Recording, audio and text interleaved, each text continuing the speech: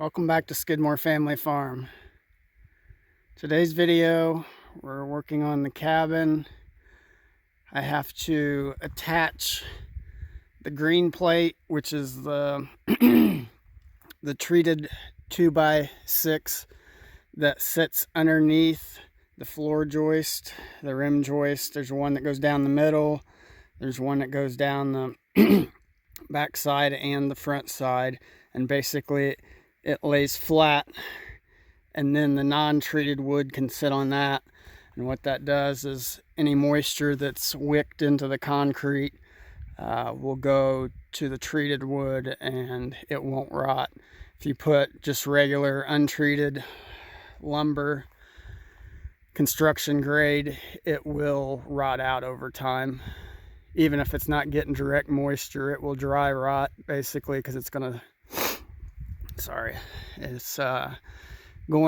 just get just enough moisture to keep it damp throughout the rains and high humidity and all that. So you always want a treated board. Even on stick-built homes, they all have a green plate, which is a treated board that touches the concrete, and then we put a piece of foam underneath of it. There's sill plate foam, which is just a thin like vapor barrier that goes underneath the green plate, and that also keeps that treated wood from rotting too. But I have to attach that green plate down the center to the beam. I waited until I got it jacked up, which I didn't have to jack up a whole lot in the center to get it leveled out. The columns were a little bit off. I measured and leveled with a string level, which isn't the most accurate, and it was just me. I kind of rushed through it, and I shouldn't have, but it's not off by much. That far right corner that you're looking at was the worst, and that was just positioning of the column itself. There wasn't a whole lot I could do with that when it started sagging and moving, so I'm going to dig that out probably at the end of the day and see about scooting it over today or tomorrow so that it sits underneath the outer rim joist. And then that way we won't have to worry about that if we keep getting these cold days, worrying about the ground freezing up, because today it's supposed to get up to 45. It's right at about freezing right now. It probably feels a little warmer than that with the sun on us, but if you're in the shade, it's pretty chilly. It was around 12 to 14 degrees, somewhere in there, when I woke up this morning at 5, and I just decided to sleep in some because all the floor joists had snow and ice on them, and before I put the plywood on top of that, I want that to be melted off. Not that it would be a huge deal, but gives it a better surface to nail to if there's not a bunch of unevenness to it. But I'm gonna go ahead and start fastening those centers of the floor joists to the bottom sill plate.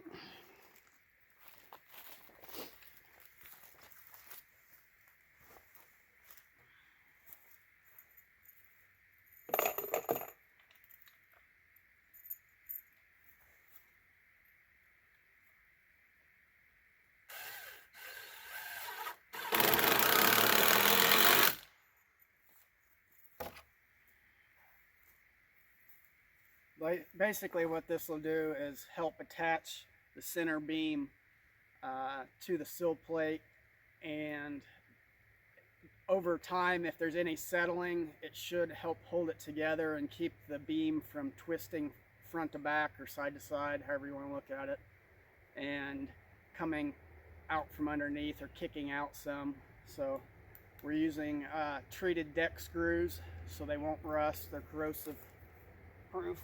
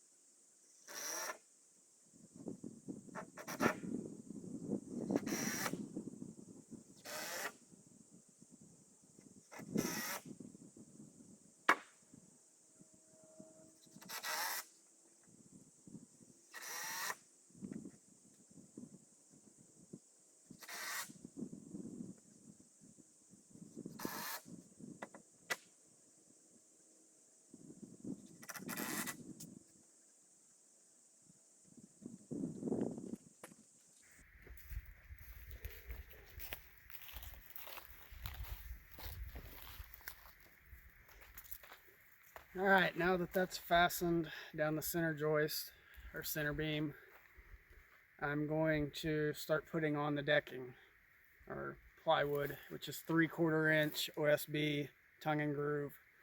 So we're gonna start in this corner here, and basically what I do is I go, the joists are 2 foot on center, so I measure 2 foot on center, and I'll bring the joist back and forth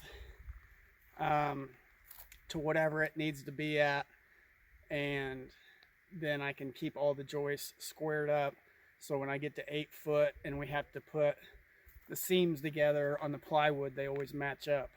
Because otherwise, if you just let them run crooked or a 1/4 inch off, you get to that 8 foot mark, your joist, there might not be any joist underneath the seam, which means you have to scab on a board, and it just takes more time, and plus your framing's out of square at that point.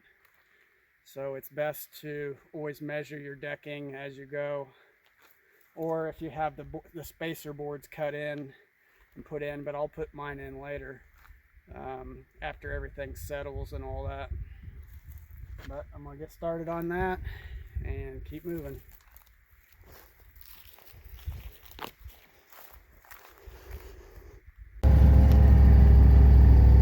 Welcome back to Skidmore Family Farm. As you can see behind us, I have the trailer. Whoa, come on, baby.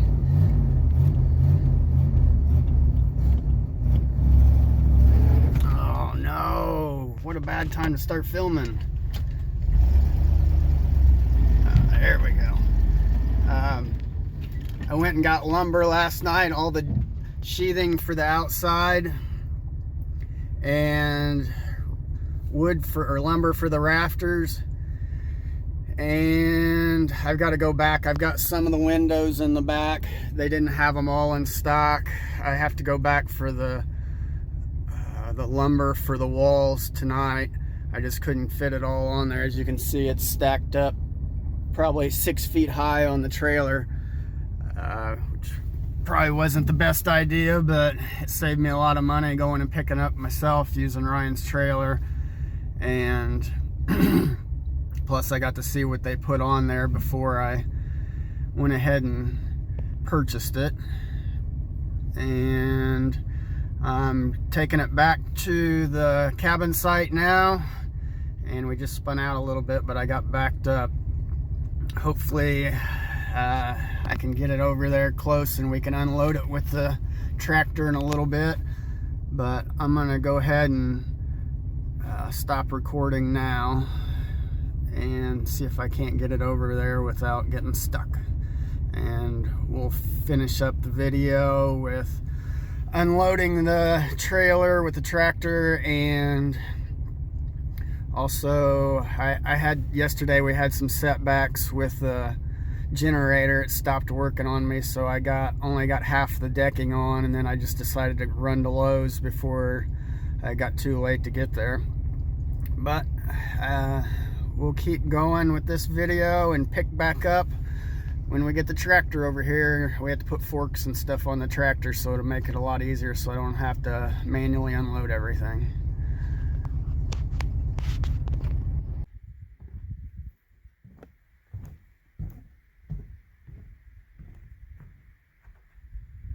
All right, we're back. I got the truck as far as I could get it, and it started spinning. The ground had already thawed out where the sun was hitting it.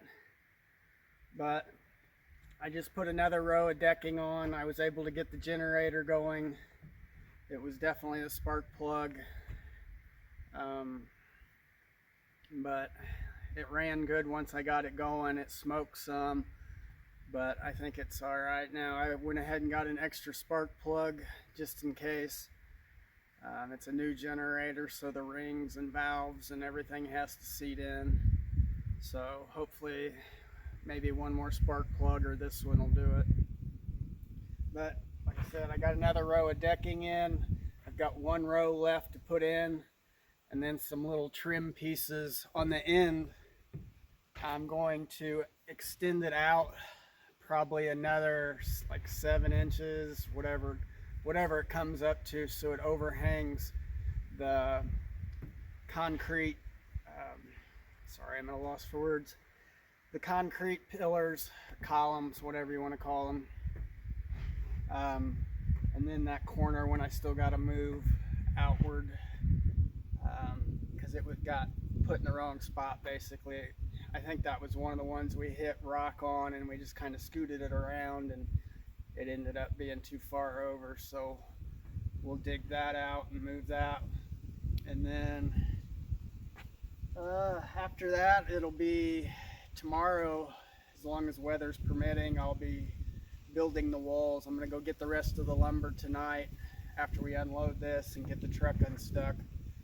Hopefully, once we pull the weight off of the trailer and all that, we can move the truck, and then I'll go get the rest of the lumber and deliver it or bring it back in the morning, hopefully earlier before the ground thaws out, and then the truck won't get stuck this time. But as you can see here, I'll show you, like I was saying, I have the trailer loaded down pretty good. I was going to put more on it last night, but the way that they gave me a full bunk of outside sheathing and roof decking, so I basically got a full one and then like 3/4, and I wasn't going to try and put 120 more boards on there. That's all the header boards, which is what goes over a window or a door frame to brace the wall to support the load above, and the rafters. I'll be cutting my own. I'm not buying trusses, pre-built trusses, but I still have, what else was it? The floor joists for the loft and the wall studs. I have to buy those, or I've already bought them, but I have to go pick them up. And then, like I said earlier, we're short 4 windows. They'll come in a couple weeks, but I've got 6 of them. But I can go ahead and frame them in. I'll know the measurements and all that. They're all the same size windows. We're going to double some of them up, and then in like the bedrooms, the downstairs bedrooms, there'll be 1 window and then 2 in the master, maybe 1 in the bathroom upstairs. I'm not sure, depending on how it works out. But that's what's going on. Trying to knock stuff out and keep on moving, getting materials, fixing things as they break. I went and got valve cover gaskets, fuel filter, and stuff for the work truck. I think the hood ornament on it, somebody added on it. You can't really see it, so I won't show it until we get a close-up. I'm not gonna walk over there right now. I'm already worn out, and it's not even lunchtime. But it has, I think it says OL, and I think we're gonna call the truck Old Lucky. I think that's what it is. I'll have to look closer at it. I know most people name it a lot of times a female name, but Old Lucky, I guess, could be a female name. But somebody decided they liked that hood ornament for whatever. To my knowledge, that's not a Ford or Mercury hood ornament that I know of. But we will get some more video. Like I said, tomorrow I'm going to try and start building the walls after this decking's done. I'll probably add to this a little later, adding the finished decking video. Probably just put all these together from where I started yesterday and added this one today. Yesterday was kind of a bummer that the generator quit on me. I should have just went and borrowed Ryan's, but sometimes my mechanical skills aren't what they should be, or I get sidetracked and get a one-track mind and gotta fix something when I should just move on. But we got it fixed today, that's all that matters, and got an extra spark plug, so But as you can see, we just got this one row left. I'm getting ready to throw that up there, then run back over to Ryan's, see if I can get him to help me if he's home. Put the forks on the tractor so I can unload all this lumber over here, and get all that off. And we may just pull the trailer out with the tractor. He's got a hitch that he can put on the 3-point on the back of the tractor that'll allow to move trailers around. It's got a ball and an attachment and all that. So we shall see what happens later. Maybe we'll do some video of unloading the lumber too.